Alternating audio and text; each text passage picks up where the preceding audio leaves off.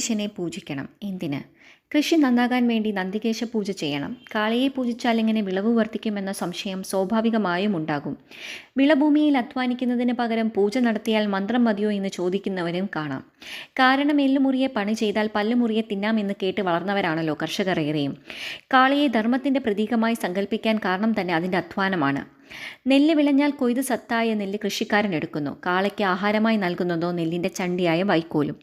വൈക്കോൽ തിന്നിട്ട് കൃഷിക്ക് അത്യന്താപേക്ഷിതമായ ചാണകം കാള മടക്കിത്തരുന്നു. കാളയ്ക്ക് പകരം ട്രാക്ടറായാൽ കൃഷി എന്ന അധ്വാനിക്കുന്ന ജോലി വളരെ എളുപ്പത്തിലും വേഗത്തിലും നടക്കും. ശരി തന്നെ, പക്ഷെ ഫലമോ? ധർമ്മം എന്നതിന് നിലനിൽക്കുന്നത് എന്നാണ് അർത്ഥം. അപ്പോൾ ഈ അർത്ഥത്തിന് ഇവിടെ പ്രസക്തി ഇല്ലാതാകും.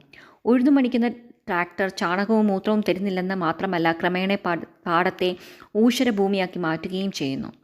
നന്ദികേശ്വര പൂജയിലൂടെ കർഷകർ കാളയെ പൂജിക്കണം എന്ന അർത്ഥമേയുള്ളൂ. ഇതുപോലെയുള്ള വിശ്വാസങ്ങളും ആചാരങ്ങളും അറിയുന്നതിനായി ഈ ചാനൽ സബ്സ്ക്രൈബ് ചെയ്യുക. ഈ വീഡിയോ ഇഷ്ടമായെങ്കിൽ ലൈക്ക് ചെയ്യുക, ഷെയർ ചെയ്യുക.